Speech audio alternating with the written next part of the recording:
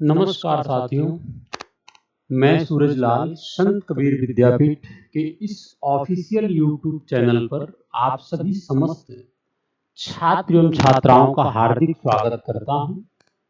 आइए आज हम लोग अपने एक प्रमुख नए सिलेबस के रूप में चर्चा कर रहे हैं, जो कि हम लोगों का सिलेबस है, जो कि बेहद इंपॉर्टेंट है। वह है कि पर्यावरण एवं पारिस्थितिकी का एक महत्वपूर्ण टॉपिक बायोडाइवर्सिटी। बायोडाइवर्सिटी, जैव विविधता, बेहद इंपॉर्टेंट टॉपिक है। और इस प्रकार यह जानना बहुत ही महत्वपूर्ण है कि इस टॉपिक में क्या है, इस टॉपिक के बारे में क्या महत्वपूर्ण चीजें हैं। ठीक है, तो ये हो गया।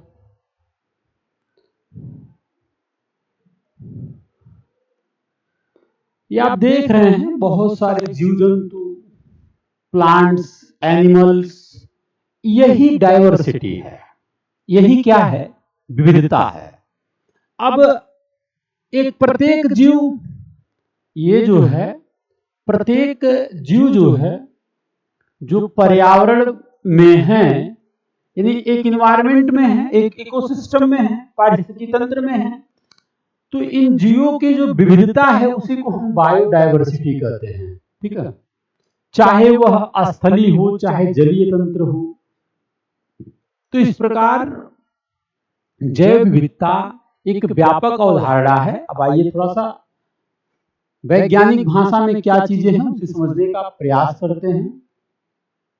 ध्यान दीजिए, जैव विविधता को पृथ्वी पर रहने वाले, मैंने जो आपको दिखाया है, सभी जीवों के समुदाय और सभी पारिस्थितिकी तंत्रों में, सभी पारिस्थितिकी तंत्रों से उनके बीच की विविधता के रूप में परिभाषित किया जाता है, जो आपको हमने बताया है। ठीक है, इस प्रकार जैव विविधता प्रजातियों के बीच, प्रजातियों के भीतर, पारिस्थितिकी तंत्र के बीच परिवर्तनशीलता है, एक परिवर्तन है। ठीक है, तो यही शब्द यहाँ पे बताया जाने की कोशिश कर रहा है कि जैव विविधता को पृथ्वी पर रहने वाली सभी जीवों के समुदाय और सभी पारिस्थितिकी तंत्रों से उनके बीच की विविधता के रूप में परिभाषित किया जाता है। ठीक है, ये बताने की कोशिश किया जा रहा है। इस प्रकार जैव विविधता प्रजातियों के बीच, प्रजातियों के भीतर और पारिस्थितिकी तंत्र के बीच क्या है, एक परिवर्तनशील है। ये इंपॉर्टेंट बात है। ठीक है, जैव विविधता शब्द का प्रयोग वाल्टर जी रोजेन ने वर्ष 1986 में किया था। जैव विविधता शब्द का प्रयोग जो है वाल्टर जी रोजेन ने वर्ष 1986 में किया था। ये बात इंपॉर्टेंट है। ठीक है, जैव विविधता और जैव विविधता का पारिस्थितिकी और आर्थिक महत्व है। क्या महत्व है? यह हमें पोषण, न्यूट्रिशन, आवास, ईंधन, कपड़े और कई अन्य संसाधन प्रदान करता है। जो बायोडायवर्सिटी है, इसका कई का बहुत ही इंपॉर्टेंट योगदान है, जो कि आपको हमने बताया। इसका महत्व यही है कि पारिस्थितिकी तंत्र के पारिस्थितिकी संतुलन को बनाए रखने में, ठीक है, पारिस्थितिकी तंत्र के पारिस्थितिकी संतुलन को बनाए रखने में जैव विविधता एक प्रमुख भूमिका निभाता है। बायोडायवर्सिटी क्या है? एक प्रमुख भूमिका निभाता है। ठीक है, यह किसी विशेष क्षेत्र से संबंधित विभिन्न प्रजातियों की संख्या को संदर्भित करता है, जो कि आपको हमने बताया। ठीक है, पारिस्थितिकी भूमिका क्या है महत्व के रूप में? पर्यावरण को पारिस्थितिकी संतुलन प्रदान करने के अलावा, जो इसका महत्व है, इसके अलावा जैव विविधता की प्रत्येक प्रजाति पारिस्थितिकी तंत्र में एक प्रमुख कार्य करती है। वे जैविक अपशिष्टों के उत्पादन और अपघटन, वायुमंडलीय गैसों को स्थिर करने और पूरे पारिस्थितिकी तंत्र में, पूरे इकोसिस्टम में पानी और पोषक तत्वों के विनियमन में एक प्रमुख भूमिका निभाते हैं। प्रजातियों की विविधता के साथ पारिस्थितिक तंत्र की स्थिरता बढ़ती है। ये इंपॉर्टेंट बात है, ठीक है। पारिस्थितिक तंत्र की स्थिरता बढ़ती है जैव विविधता के बारे में। जैव विविधता का आर्थिक भूमिका क्या है? जैव विविधता ऊर्जा के स्रोत के रूप में कार्य करता है। जो बायोडायवर्सिटी है यह ऊर्जा के स्रोत के रूप में कार्य करता है और तेल, स्नेहक, इत्र, रंग, कागज, मोम, रबर आदि जैसे औद्योगिक उत्पादों के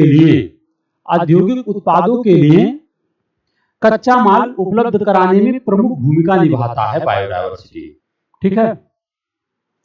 विभिन्न औषधीय उपयोग के लिए पौधों की प्रजातियों का महत्व सदियों से जाना जाता है। आप जानते हैं रिपोर्ट के अनुसार 70% से अधिक कैंसर रोधी दवाएं उष्णकटिबंधीय वर्षा वनों में पाए जाने वाले पौधों से प्राप्त होता है, ठीक है। पौधों से प्राप्त होता है, यह भी इंपॉर्टेंट बात है जैव विविधता के संदर्भ में।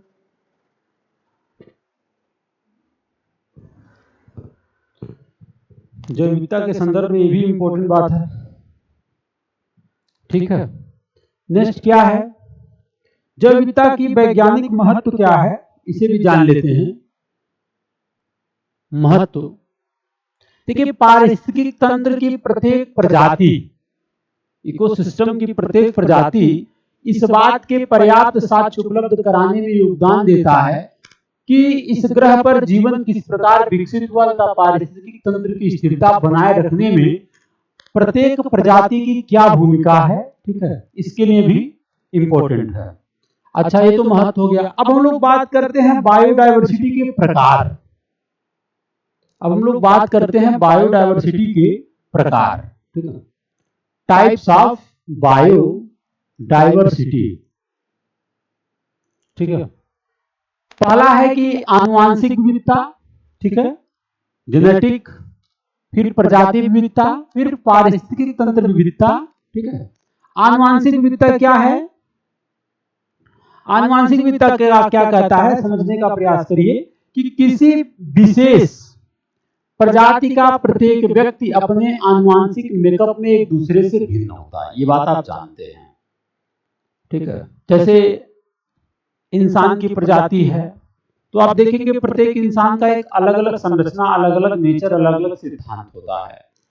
तो ये कहीं ना कहीं आप इस बात को ध्यान देंगे कि ये जो नेचर है ये आनुवांशिक विचारों पे ही समाहित है। तो भिन्न होता है। किसी भी पौधे या पशु प्रजाति के सदस्यों के बीच आनुवांशिक परिवर्तनशीलता आनुवांशिक विविधता के रूप में जाना जाता है। जो ये परिवर्तन है ये आनुवांशिक विविधता के रूप में जाना जाता है।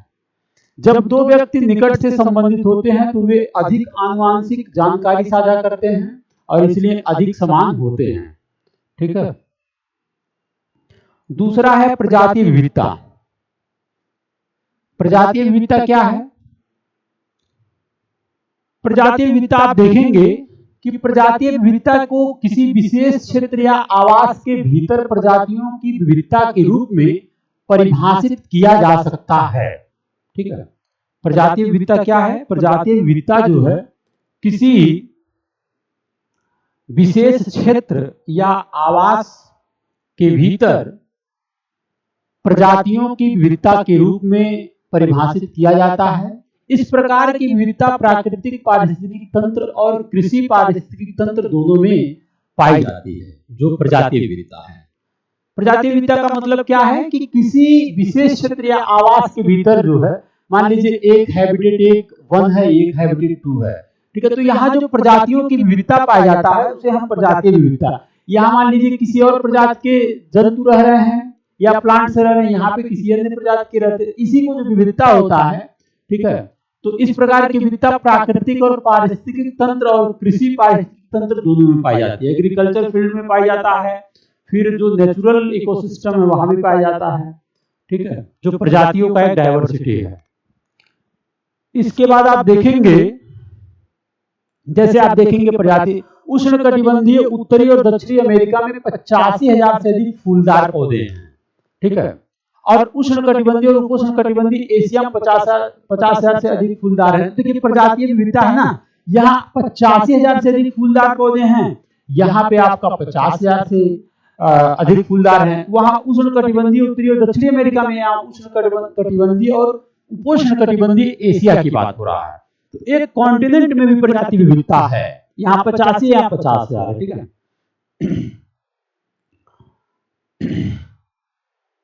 नेक्स्ट है कि पारिस्थितिकी तंत्र विविधता, जो इकोसिस्टम डाइवर्सिटी है।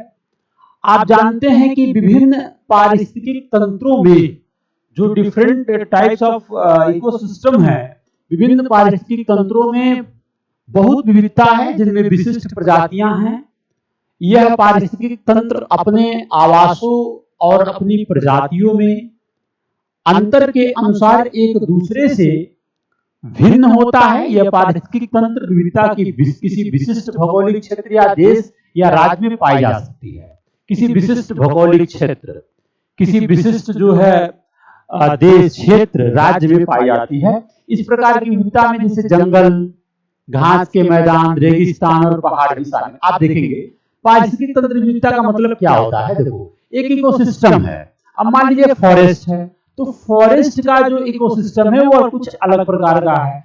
अब अगर वो घास का मैदान है, तो घास का मैदान का जो इकोसिस्टम है वो कुछ अलग प्रकार का है। रेगिस्तान है, अगर मरुस्थलीय क्षेत्र है, यहाँ की जो इकोसिस्टम है वो अलग है। तो यही कह रहा पारिस्थितिकी तंत्र विविधता, यानी कि जंगल का इकोसिस्टम अलग होता है, घास के मैदान का अलग होता है, ठीक है, रेगिस्तान का अलग होता है, पहाड़ का, पर्वतीय क्षेत्रों का इकोसिस्टम अलग होता है।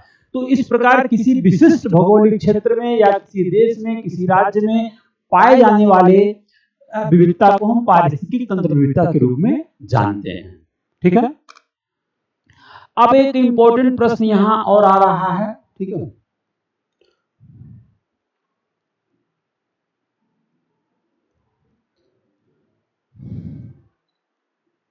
नेक्स्ट, बायोडायवर्सिटी का मेजरमेंट।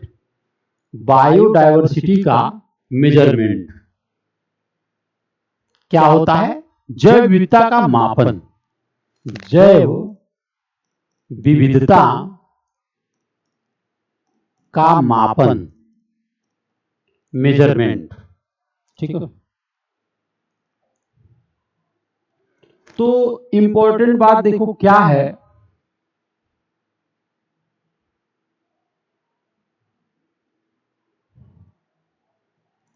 जैव विविधता का मापन व्हिटेकर द्वारा किया गया था। जैव विविधता का मापन किसके द्वारा किया गया था? व्हिटेकर द्वारा किया गया था। जैव विविधता को दो प्रमुख घटकों द्वारा मापा जा सकता है। एक है प्रजातियों की समृद्धि और प्रजाति की समरूपता। देखिए, समृद्धि का मतलब कैसे प्रजातियों का विकास हो रहा है, बढ़ रहा है, और एक समरूपता क्या, उनमें समानता है, ठीक है। तो प्रजाति समृद्धि का मतलब क्या होता है, पहले ये जान लें। प्रजातीय समृद्धि का मतलब होता है किसी क्षेत्र या समुदाय, प्रजातीय समृद्धि का मतलब क्या होता है, इसे भी जान लें। प्रजातीय समृद्धि का मतलब होता है कि यह किसी क्षेत्र या समुदाय की प्रति इकाई क्षेत्र में पाई जाने वाली प्रजातियों की संख्या के माप को संदर्भित करता है। इसके 3 घटक होते हैं प्रजातीय समृद्धि। देखिए, प्रजातीय समृद्धि में आप देखने का प्रयास करते हैं कि देखो, कोई समुदाय है, कोई कम्युनिटी है, ठीक है, यहाँ ए बी सी, ठीक है, ऐसे डी ऐसे रह रहे हैं लोग, ठीक है, किसी कम्युनिटी में, किसी प्रति क्षेत्र इकाई में। अब हम वहां पे जो इनकी संख्या का मेजरमेंट करते हैं उसे हम प्रजातीय समृद्धि के रूप में मापते हैं, ठीक है। अब प्रजातीय समृद्धि में जैसे मान लिया जाए कि अल्फा डाइवर्सिटी है, तो अल्फा डाइवर्सिटी क्या बताता है कि यह किसी विशेष क्षेत्र या पारिस्थितिक तंत्र में पाई जाने वाली प्रजातियों की विविधता को संदर्भित करता है, और यह आमतौर पर उस पारिस्थितिक तंत्र में प्रजातियों की संख्या द्वारा व्यक्त होती है। जैसे मान लीजिए ये अल्फा डाइवर्सिटी है। अब यहाँ हमने बताया कि 4 प्रकार की डाइवर्सिटी है, मतलब 4 प्रकार की जीव जंतु रह रहे हैं। तो किसी विशेष क्षेत्र यानी किसी विशेष क्षेत्र या इकोसिस्टम में पाई जाने वाली प्रजातियों की विविधता, ये मान लीजिए अल्फा डाइवर्सिटी, इसी विशेष समुदाय में जो विविधता पाई जाती है उसे हम अल्फा डाइवर्सिटी कहते हैं। अब बात करते हैं बीटा डाइवर्सिटी। बीटा डाइवर्सिटी में देखो क्या है, बीटा डाइवर्सिटी में यह है कि यह 2 या अधिक पारिस्थितिक तंत्रों के बीच प्रजातियों की विविधता की तुलना को संदर्भित करता है, ठीक है। जैसे मान लीजिए जाए, ये यहाँ पे मैं आपको बता रहा हूँ, एक जो है इकोसिस्टम, ये अल्फा है, ये बीटा है। अब हमने कहा ये यहाँ ए है, बी है, सी है, डी है। अब यहाँ ए है, बी है, सी है, डी है, तो यहाँ से कितना परिवर्तन हुआ है, यहाँ से यहाँ कितना परिवर्तन हुआ है, यानी कि कितने जो है प्लांट्स या जीव जंतु या प्रजातियों की संख्या में क्या परिवर्तन हुआ है या विलोपन हुआ है, परिवर्तन हुआ है, ऐसे संख्याओं का जब मेजरमेंट करते हैं तो बीटा डायवर्सिटी के माध्यम से करते हैं। तो बीटा डायवर्सिटी क्या है? यह दो या अधिक पारिस्थितिक तंत्रों के बीच प्रजातियों की विविधता की तुलना को संदर्भित करता है कि इसमें इसके दोनों के बीच जो है क्या जो है विविधता है, क्या डिफरेंस है, यहाँ से क्या डिफरेंस हुआ है, वहां से क्या डिफरेंस हुआ, ये इंपॉर्टेंट बात है। ठीक है, ये तुलना करने का प्रयास करता है। फिर बात आती है गामा डायवर्सिटी की, जो कि इंपॉर्टेंट है। गामा डायवर्सिटी यह किसी विशेष क्षेत्र में, ये भी विशेष क्षेत्र की बात नहीं कर रहा हूं, सॉरी, यह किसी क्षेत्र में विभिन्न पारिस्थितिक प्रणालियों के लिए समग्र विविधता का माप है। यह अत्यधिक व्यक्तिपरक है क्योंकि क्षेत्र की सीमाओं के बारे में अलग अलग धारणाएं हैं। ठीक है, तो अब आप जैसे इसको फिर से समझिए, गामा डायवर्सिटी में क्या है मामला। देखो, हमने कहा ये आपका अल्फा हो गया, ये आपका बीटा हो गया, यहाँ पे A B C D E kinds, फिर ए बी सी डी, फिर ई। ठीक है, अब गामा देखो क्या बता रहा है, मान लो एक और है यहाँ पे गामा, ये तीनों में जो परिवर्तन हो रहा है। ठीक है, यानी कि गामा कह रहा है कि गामा विविधता की यह किसी क्षेत्र में विभिन्न पारिस्थितिक प्रणाली के लिए एक समग्र विविधता का माप है। यानी कि अल्फा बीटा गामा, अब देखो अल्फा बीटा में पूरी समग्र अल्फा और बीटा को लेकर जब समाहित करके हम परिवर्तन देखेंगे कि प्रजातियों में क्या परिवर्तन हुआ है, क्या समृद्धि हुआ है, अल्फा में कितना परिवर्तन हुआ है, बीटा में कितना परिवर्तन, तो इसी दोनों को मिलाकर जब अध्ययन करते हैं तो गामा डायवर्सिटी होता है। ठीक है, ये हो गया। अब हम लोग बात करेंगे जैव विविधता की हानि के बारे में। ठीक है, जैव विविधता की हानि क्या है मामला? जैव विविधता की हानि, देखिए जैव विविधता का नुकसान जो है, जैव विविधता की हानि की बात कर रहे हैं हम लोग। जैव विविधता का नुकसान किसी खास निवास स्थान में किसी खास प्रजाति की संख्या में कमी है। जैव विविधता के नुकसान से पौधे और जानवरों की प्रजातियों का भी विलुप्त होना होता है, और यह नुकसान या तो प्रतिवर्ती हो सकता है या अस्थायी हो सकता है। यह नुकसान या तो प्रतिवर्ती हो सकता है या जो है अस्थायी हो सकता है। ठीक है, मानवीय गतिविधियां जैव विविधता के नुकसान का प्रमुख कारण रही है। जो मानवीय गतिविधियां हैं जिसके कारण जलवायु में अचानक परिवर्तन हुआ है, जिससे जैव विविधता को बड़ा खतरा पैदा हुआ है। बढ़ती आबादी के साथ साथ प्राकृतिक संसाधनों की मांग भी बढ़ी है, जिससे अधिक मात्रा में अपशिष्ट उत्पन्न हुआ है, जिससे अधिक मात्रा में अपशिष्ट उत्पन्न हुआ है। ठीक है, अब मामला क्या है कि जैव विविधता की हानि के कारण क्या है? देखो, जैव विविधता की हानि के कुछ प्रमुख कारण है, जैसे आप देखेंगे कि पारिस्थितिक तंत्र का प्राकृतिक आवास पारिस्थितिक संतुलन को बनाए रखने में प्रमुख भूमिका निभाता है, और मानवीय मांगों को पूरा करने के लिए उद्योगों, राजमार्गों, बस्तियों आदि के निर्माण के लिए हर साल कई पेड़ काटे जाते हैं। तो आवास का विखंडन जैव विविधता का सबसे प्रमुख कारण है हानि का। ठीक है, नतीजा ये होता है कि प्रजातियां शिकार का लक्ष्य बन जाती हैं और अनंतः मर जाते हैं। ठीक है, इसी प्रकार आप देखेंगे जंगली जानवरों का उनके उत्पादों के व्यवसायीकरण के लिए शिकार किया जाता है। जंगली जानवर हैं, उनके उत्पादों का व्यवसायीकरण के लिए शिकार करना जैव विविधता के लिए नुकसान का एक प्रमुख कारण रहा है। चूंकि आप देखेंगे कि वर्ष 2013 से अब तक 90 से अधिक गैंडों को उनके सींगों के लिए शिकारियों द्वारा मार दिया गया। 2016 के रिकॉर्ड के अनुसार असम के काजीरंगा राष्ट्रीय उद्यान में 9 भारतीय गैंडे को मारा गया। ठीक है, ये भी एक कारण है। फिर इसके बाद आप देखेंगे कि बाढ़, ठीक है, आप देखेंगे बाढ़ हो गया, भूकंप हो गया, जंगल की आग हो गया, जैसी प्राकृतिक आपदाओं से भी जैव विविधता को नुकसान पहुंचता है। जैव विविधता के नुकसान में वायु प्रदूषण की प्रमुख भूमिका है। पेड़ों की तेजी से कटाई के कारण वातावरण में कार्बन डाइऑक्साइड की मात्रा बढ़ गई है, जिससे जलवायु परिवर्तन हो रहा है। इसके परिणाम स्वरूप भूमि और समुद्र के तापमान में वृद्धि हुई है, जिसका प्रजातियों पर प्रतिकूल प्रभाव पड़ा है। ठीक है। नेक्स्ट है कि जैव विविधता के हानि के कारण क्या हैं, जो आपको हमने बताया शॉर्ट में। आवास का विखंडन हो रहा है, अत्यधिक दोहन हो रहा है, विदेशी प्रजातियों का भी आक्रमण शामिल है। ठीक है। फिर आप देखेंगे सह विलुप्ति। ठीक है। तो ये सब ऐसे कुछ प्रमुख कारण है कि जैव विविधता के हानि का प्रमुख रूप से जिम्मेदार है। ठीक है।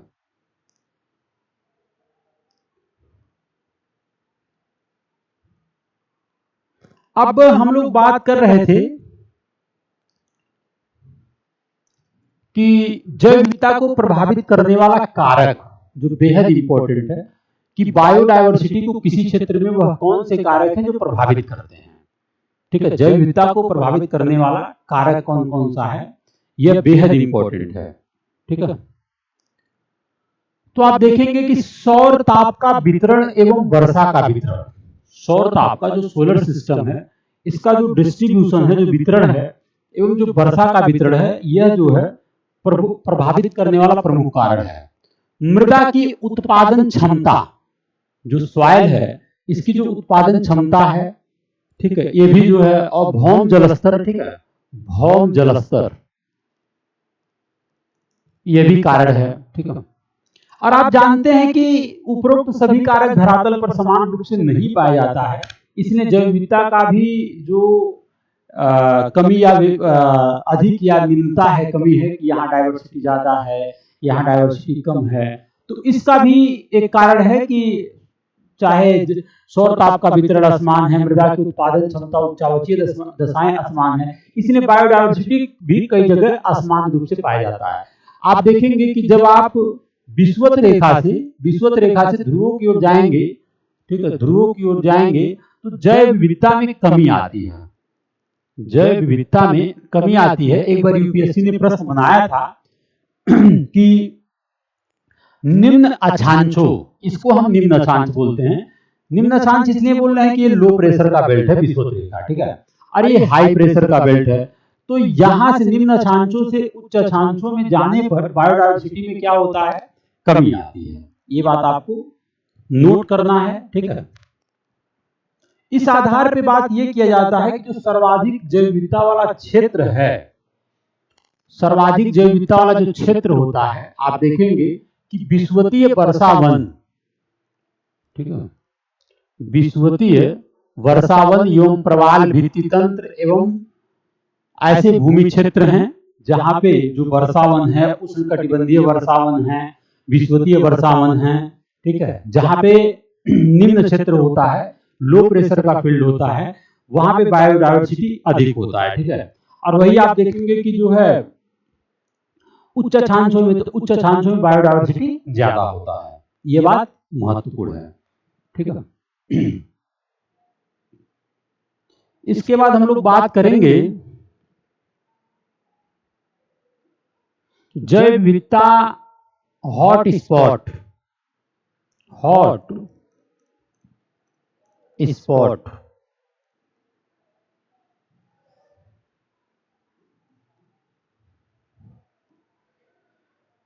जैव विविधता हॉट स्पॉट, इसके क्या, जैव विविधता हॉट स्पॉट क्या होता है, इसको भी जानते हैं। वही बात है कि जो कुछ ऐसे क्षेत्र हैं जहां पे जैसे लो प्रेशर का फील्ड होता है, वहां पे बायोडायवर्सिटी मैक्सिमम है, कुछ ऐसे फील्ड हैं जहां पे बायोडायवर्सिटी कम है। तो जहां पे बायोडायवर्सिटी मैक्सिमम का फील्ड होता है, उसे हम कुछ कारणों की वजह से हॉट स्पॉट की श्रेणी में रखते हैं। जैसे आप देखेंगे आईयूसीएन के अनुसार कुछ मानक है, आईयूसीएन इंटरनेशनल जो है, कंजर्वेशन इंटरनेशनल के अनुसार जो है, ठीक है, किसी क्षेत्र को हॉट स्पॉट के स्वरूप में अर्हता प्राप्त करने के लिए दो मानदंड बताया गया आईयूसीएन के द्वारा। वो क्या है, इसे भी आप जानने का प्रयास करें। पहली बात, क्षेत्र में समूहनीय पौधों की कम से कम 1500 प्रजातियां होनी चाहिए।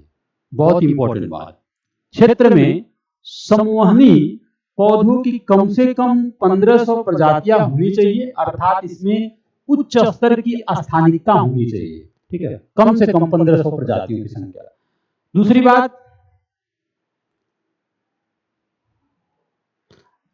एवं अपने मूल निवास स्थान का 30% यानी 30% या उससे कम हिस्सा होना चाहिए, अर्थात यह खतरे में होना चाहिए। 30% वहां का जो प्रजातियां हैं वो खतरे में हो, ठीक है, तो ये कारण है।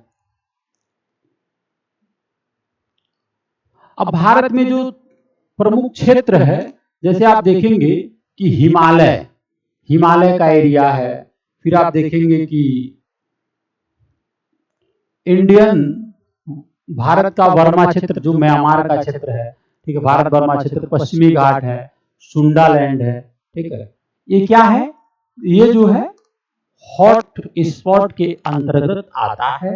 हिमालयन रीजन, ठीक है, हिमालयन हो गया, फिर आपका भारतीय वर्मा क्षेत्र हो गया, फिर आपका पश्चिमी घाट हो गया, फिर आपका सुंडालैंड हो गया। तो ऐसे जो फील्ड हैं वो आपके जो है हॉट स्पॉट के अंतर्गत आते हैं, ठीक है। अब क्या मामला है, देखिए जब हम हिमालय की बात करेंगे, जब हम हिमालय की बात करेंगे, ठीक है, तो बेहद इंपॉर्टेंट बात है ये